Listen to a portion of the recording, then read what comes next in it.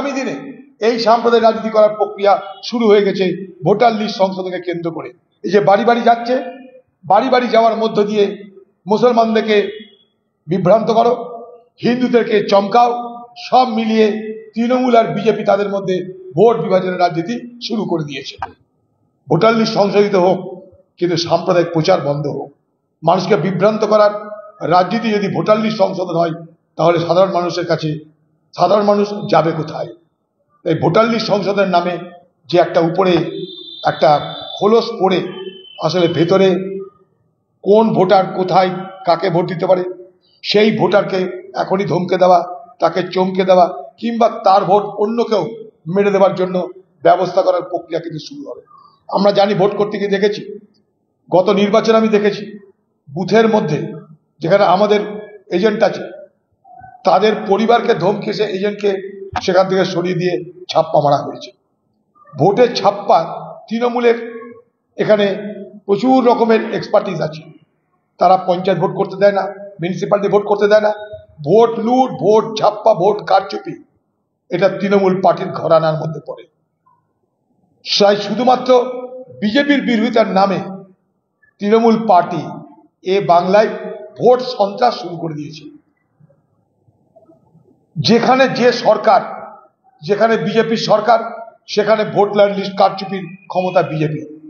যেখানে তৃণমূলের সরকার, সেখানে ভোটার লিস্ট কারচুপির ক্ষমতা তৃণমূলের।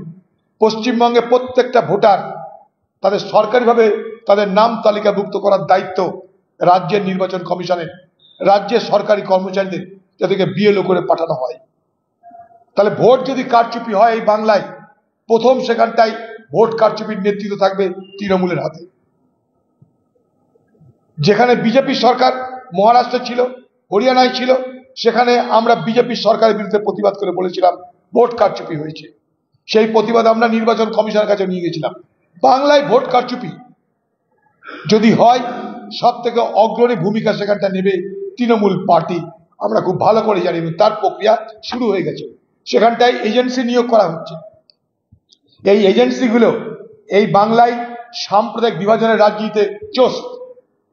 গত নির্বাচনেও আমাকে এই বহরমপুর শহর হারানোর জন্য এই এজেন্সির নির্দেশে, দিদির পরামর্শে সাম্প্রদায়িক দাঙ্গা করানো হলো এবং হিন্দুদেরকে বোঝানো হলো হিন্দুরা এক হোক। এই এজেন্সির এগুলো প্রেসক্রিপশন ছিল।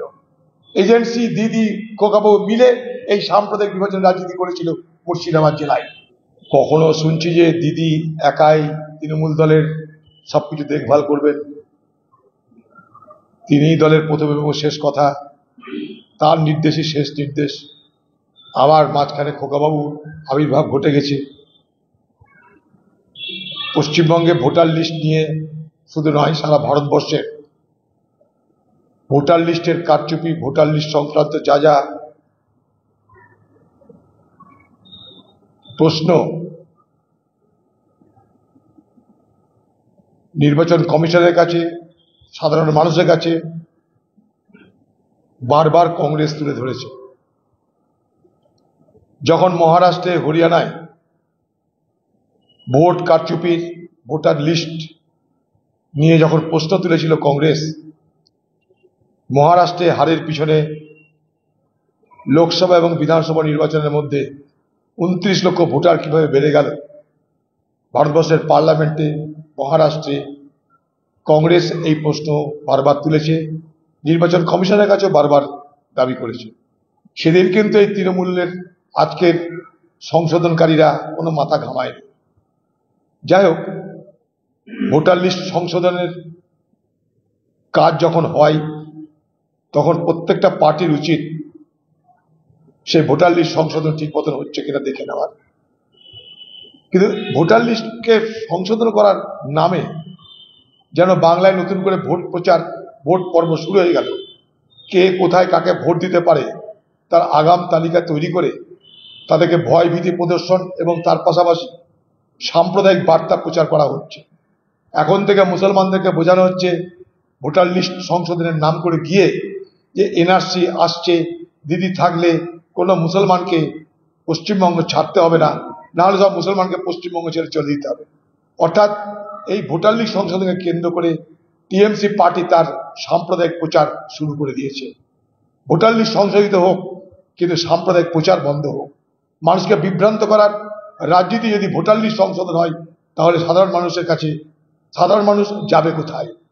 এই ভোটার লিস্ট সংশোধনের নামে যে একটা উপরে একটা খোলস পড়ে, আসলে ভেতরে কোন ভোটার কোথায় কাকে ভোট দিতে পারে সেই ভোটারকে এখনই ধমকে দেওয়া, তাকে চমকে দেওয়া, কিংবা তার ভোট অন্য কেউ মেরে দেওয়ার জন্য ব্যবস্থা করার প্রক্রিয়া কিন্তু শুরু হবে।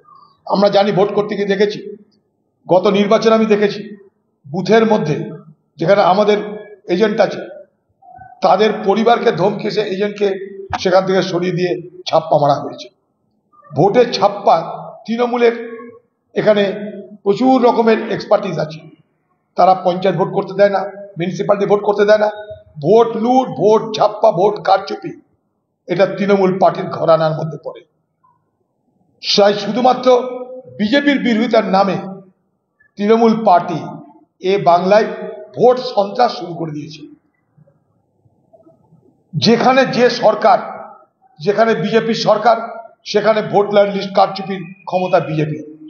যেখানে তৃণমূলের সরকার, সেখানে ভোটার লিস্ট কারচুপির ক্ষমতা তৃণমূলের। পশ্চিমবঙ্গে প্রত্যেকটা ভোটার তাদের সরকারিভাবে তাদের নাম তালিকাভুক্ত করার দায়িত্ব রাজ্যের নির্বাচন কমিশনের, রাজ্যের সরকারি কর্মচারীদের, যাদেরকে বিএলও করে পাঠানো হয়। তাহলে ভোট যদি কারচুপি হয় এই বাংলায়, প্রথম সেখানটাই ভোট কারচুপির নেতৃত্ব থাকবে তৃণমূলের হাতে। যেখানে বিজেপির সরকার মহারাষ্ট্রে ছিল, হরিয়ানায় ছিল, সেখানে আমরা বিজেপির সরকারের বিরুদ্ধে প্রতিবাদ করে বলেছিলাম ভোট কারচুপি হয়েছে। সেই প্রতিবাদ আমরা নির্বাচন কমিশনের কাছে নিয়ে গেছিলাম।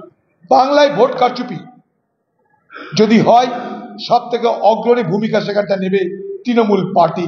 আমরা খুব ভালো করে জানি, তার প্রক্রিয়া শুরু হয়ে গেছে। সেখানটায় এজেন্সি নিয়োগ করা হচ্ছে। এই এজেন্সিগুলো এই বাংলায় সাম্প্রদায়িক বিভাজনের রাজনীতিতে চোস্ত।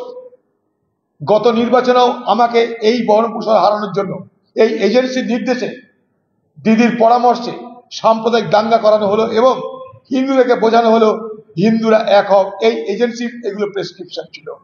এজেন্সি, দিদি, খোকাবু মিলে এই সাম্প্রদায়িক বিভাজন রাজনীতি করেছিল মুর্শিদাবাদ জেলায়।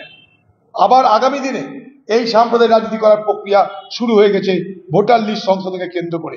এই যে বাড়ি বাড়ি যাচ্ছে, বাড়ি বাড়ি যাওয়ার মধ্য দিয়ে মুসলমানদেরকে বিভ্রান্ত করো, হিন্দুদেরকে চমকাও, সব মিলিয়ে তৃণমূল আর বিজেপি তাদের মধ্যে ভোট বিভাজনের রাজনীতি শুরু করে দিয়েছে।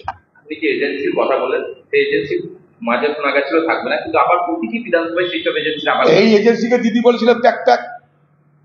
এখন এই এজেন্সি দিদির দলের রক্ষাকর্তা।